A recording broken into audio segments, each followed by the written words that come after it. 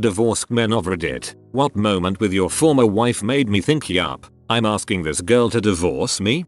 When my buddies approached me to complain that she kept sitting on their laps, wiggling, and hoping for an erection. I was a lance corporal bringing home scraps for a paycheck to an unemployed wife who one day brought home a brand new Lexus 350 because she got a good deal on it. Apparently I was supposed to pay the $800 mobile. I didn't think it was a good deal.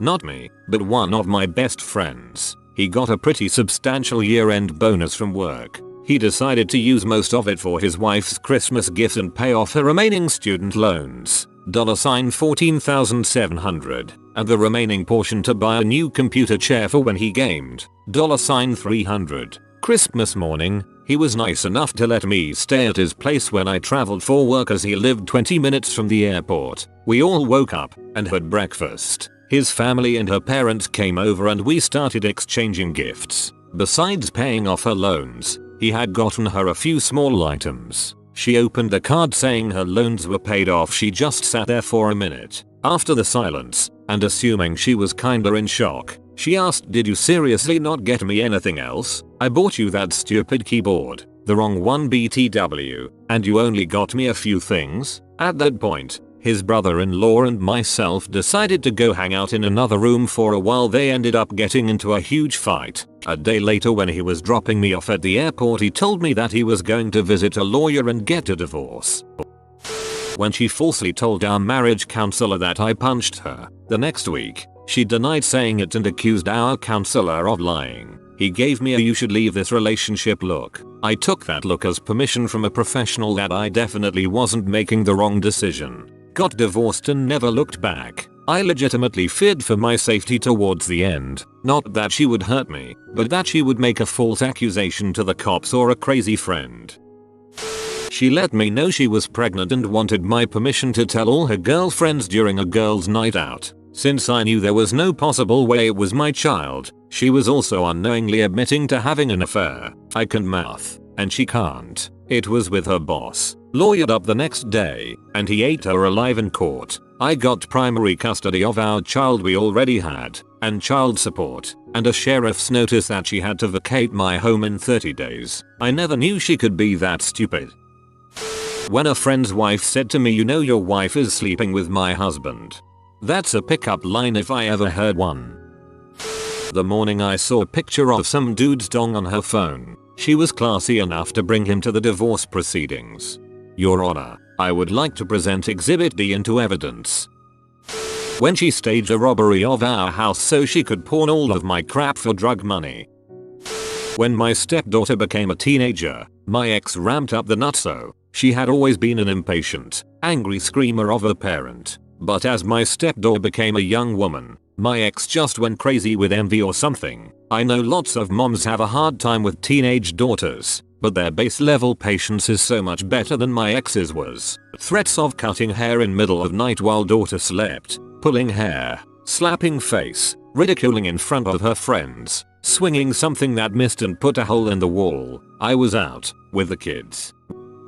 My wife was around less and less, had to be free to live her life, go out with her friends. More often than not she would call me to pick our daughter up from daycare. After promising to pick her up and have some girl time, just tell her I'm working late or not feeling well. She always had something better to do and the kids were old enough to know better. I went to pick our daughter up one day. When they called her name she came running over until she saw it wasn't mom. Again, slumped her shoulders and slowly walked over to ask what's her excuse. This time that was the breaking point. Told her to get out, even helped pay her security deposit to get her out. She made me watch Oprah and there was a quiz, "Is your marriage okay or not?" type thing. In my head I saw 7 or 10 items that were not okay. She didn't see any. We had already been to counseling.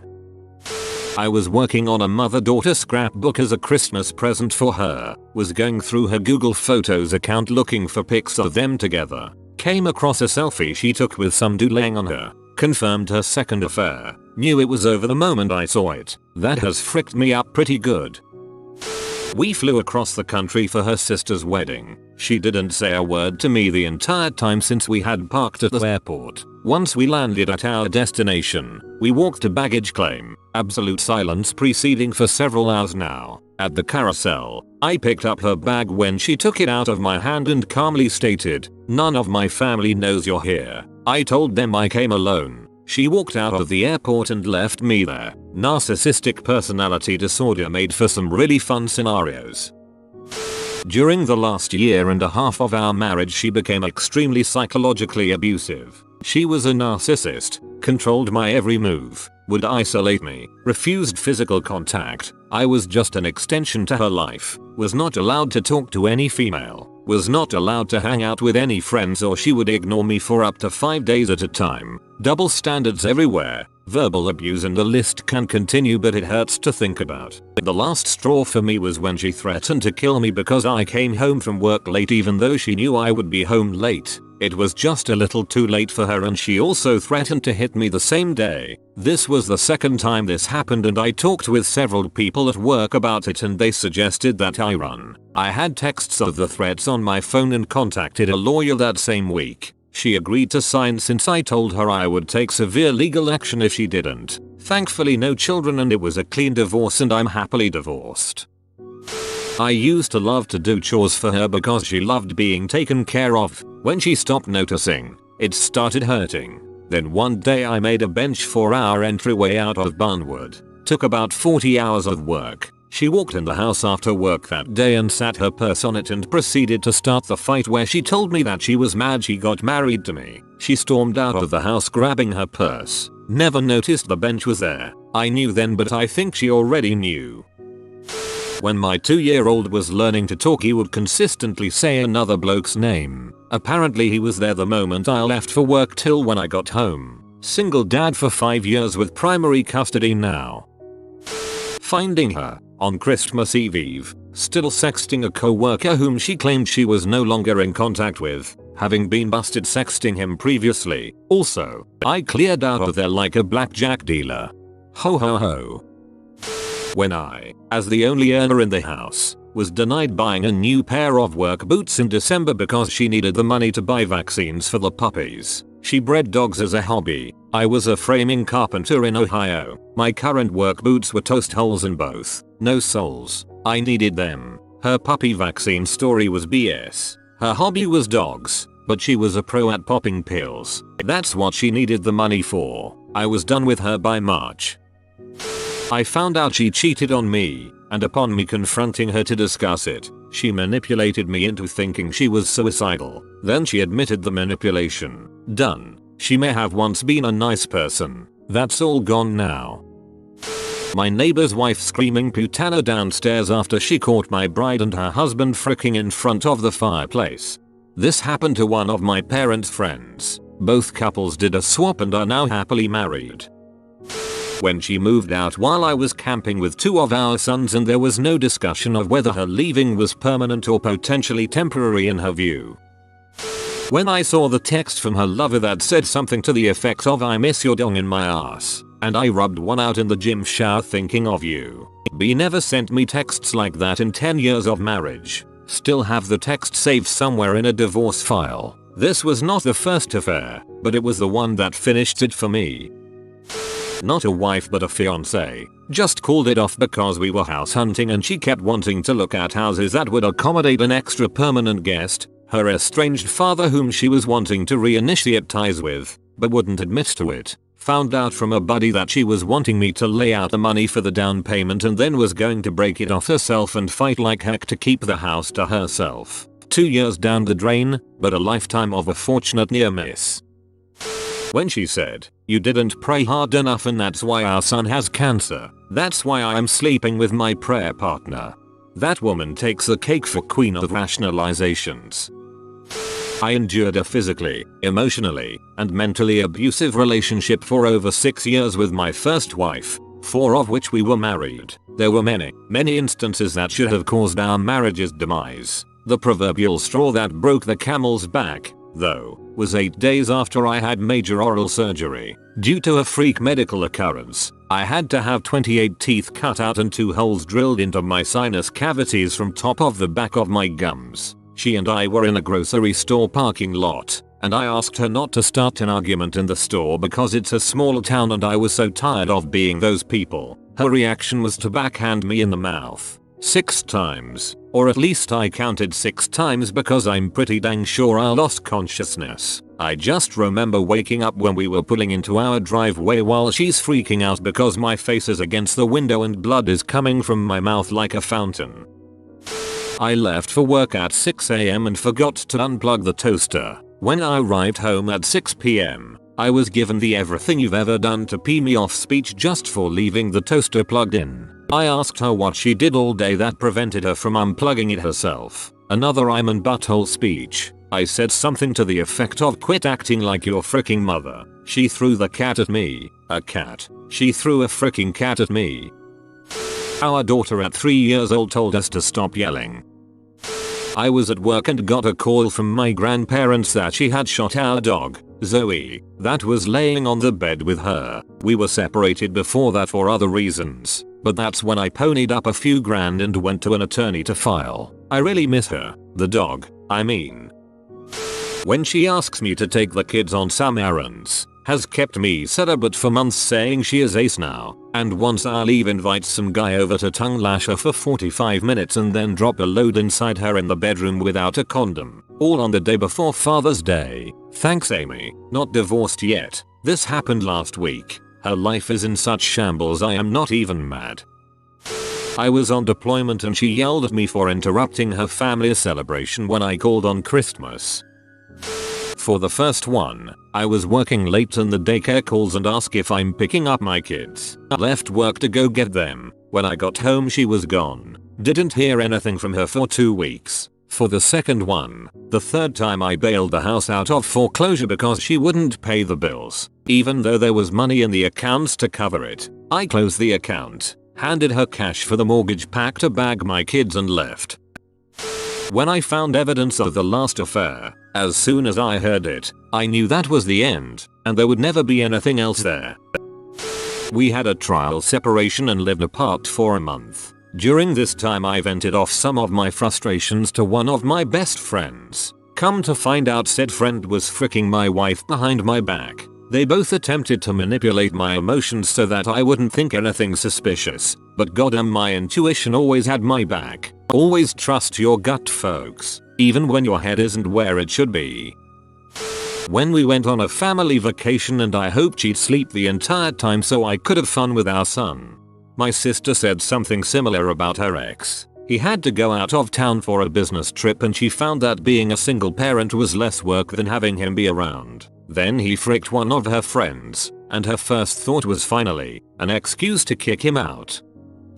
We met and spent the first 7 years of our married life on the West Coast, then moved east. 5 years later, I took a job back on the West Coast, but it was the middle of the school year, so I went out ahead and lived on my own until everyone could join me. Things hadn't been very good between us for a while, but I hadn't articulated it to her, or even myself, beyond vague feelings of dissatisfaction. One weekend, out there on my own, I decided to take a day and drive to one of my favorite towns, a town in which I had lived long before I knew her, a town we had visited often while married. It was late afternoon, was about to head back to my hotel when I realized that I could visit a particular beach that had special meaning to me from my earlier life there. I stopped at a convenience store, grabbed a grolsch like I used to drink on that beach, and drove out there, hiked out to a specific spot I remembered, sat down, popped the beer, and looked out over the ocean. And it hit me that I hadn't done that in over 20 years. Whenever we'd visit the area, I'd suggest stopping at the beach, but she wasn't interested and would always veto the idea.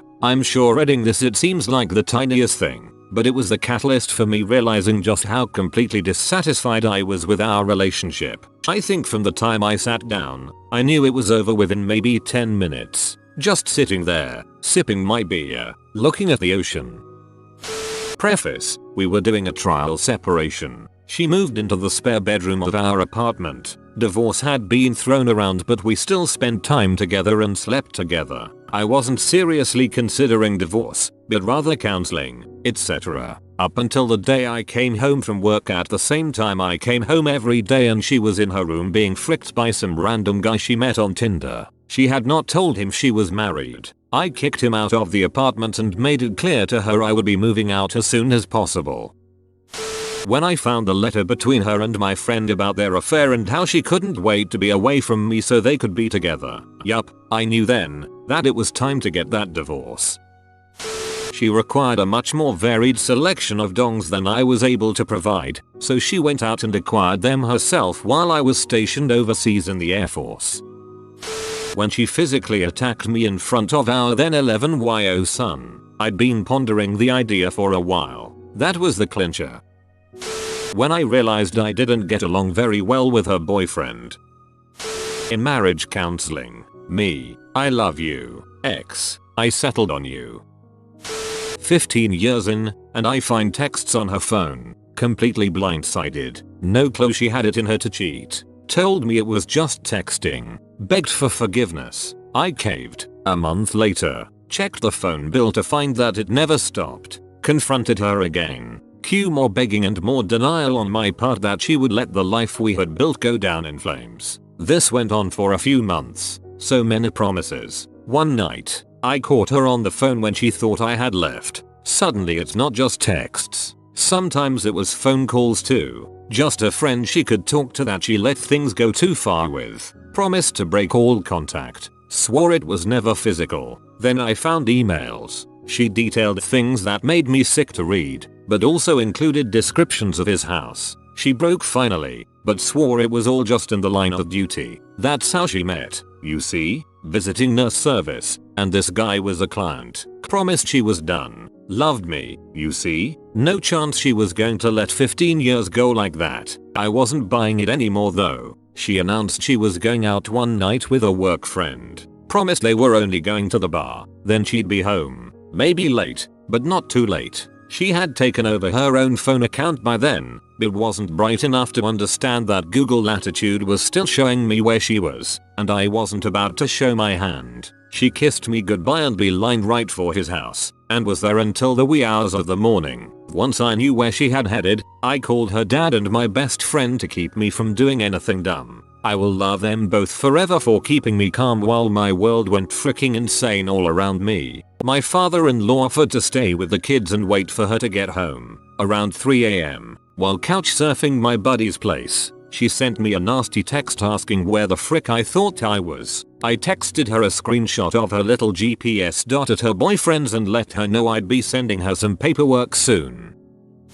You have been visited by the Be Humble Be Stay Humble and Believe in Yourself. If you are new to the channel, you can subscribe. I publish new videos every day. Until then, check out another video, or don't. Either way, have a great day you magnificent people.